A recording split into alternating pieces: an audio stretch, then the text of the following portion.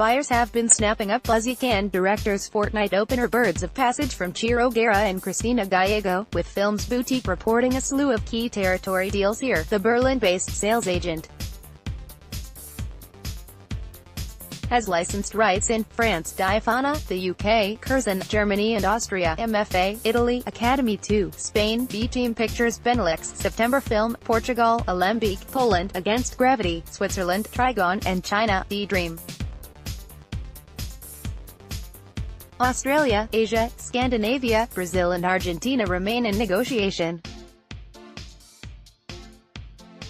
The Orchard holds North American rights to the drama about the origins of the drug trade in Colombia, Guerra's follow-up to his Cannes 2015 Directors Fortnight selection and foreign language Oscar nominee Embrace of the Serpent.